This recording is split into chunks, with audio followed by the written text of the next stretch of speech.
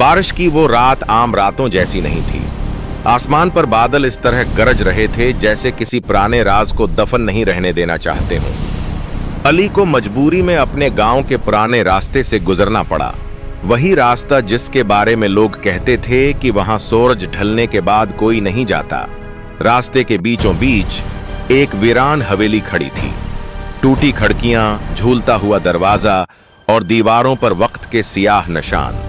अली ने हमेशा सुना था कि यह हवेली खाली नहीं, मगर उसने कभी यकीन नहीं किया। इस रात बारिश तेज हो गई और बिजली की कड़क ने उसे मजबूर कर दिया कि वह हवेली में पुना ले। दरवाजा खुद ब खुद चरचराता हुआ खुल गया। अंदर अजीब सी ठंडक थी, जैसे हुआ मैं सांसें छिपी हूं। अली ने मोबाइल की रोशनी जलाई तो दीवारों पर साए हरकत करते महसूस हुए। हर कदम के साथ फर्श से ऐसी आवाज आती जैसे कोई आहिस्ता आहिस्ता उसके पीछे चल रहा हो। अचानक ऊपर की मंजिल से किसी के रोने की आवाज आई। वो आवाज दक से भरी हुई थी, मगर उसमें गुस्सा भी था। अली का दिल जोर जोर से धड़कने लगा, मगर उसके कदम खुद ब खुद सीढ़ियों की तरफ बढ़ गए। सीढ़ियां पुरानी थीं, हर कदम पर उनके टूटने का खौफ था। ऊपर एक कमरा था जिसका दरवाजा आधा खुला हुआ था।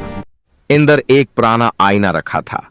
आईने में अली ने खुद को देखा, मगर उसका अक्स मुस्कुरा रहा था, जबकि अली के चेहरे पर खौफ था।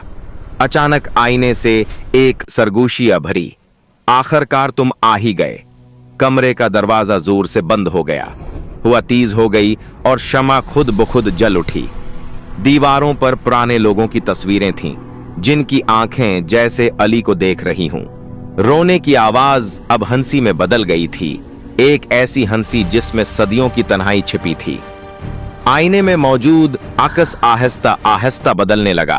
वो अली जैसा नहीं रहा, वो किसी और का चेहरा था, इदास और गुस्से से भरा हुआ।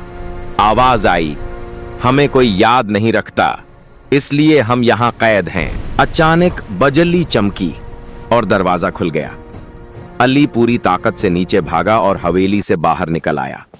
बारिश थम चुकी थी और हवेली पीछे खामोश खड़ी थी, जैसे कुछ हुआ ही ना हो। अगली सुबह गांव वालों ने अली को बेहोश पाया। जब उसने आंख खोली तो सिर्फ इतना कहा, कुछ जगहें यादों से नहीं, राजों से बनी होती हैं। और उसके बाद अली कभी इस रास्ते पर नहीं गया।